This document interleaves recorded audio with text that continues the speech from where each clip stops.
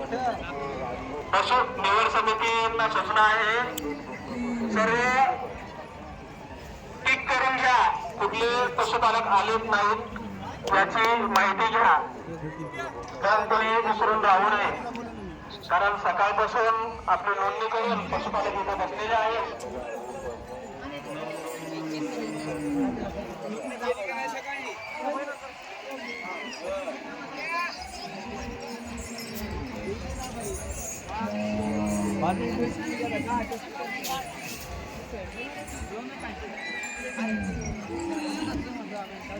ओ सरपंच एक बोट काढा मग.